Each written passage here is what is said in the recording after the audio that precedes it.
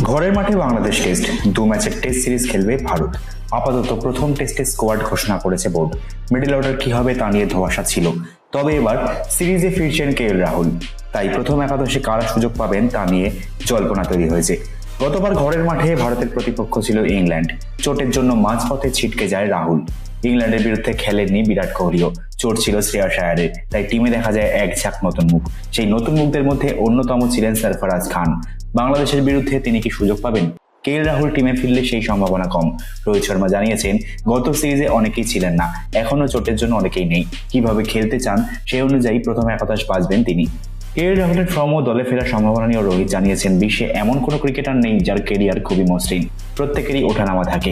রাহুলের দক্ষতা নিয়েও কোনো সন্দেহ নেই। রাহুলের থেকে সেরাটাও বের করে নিতে চান বলে জানিয়েছেন ভারত অধিনায়ক।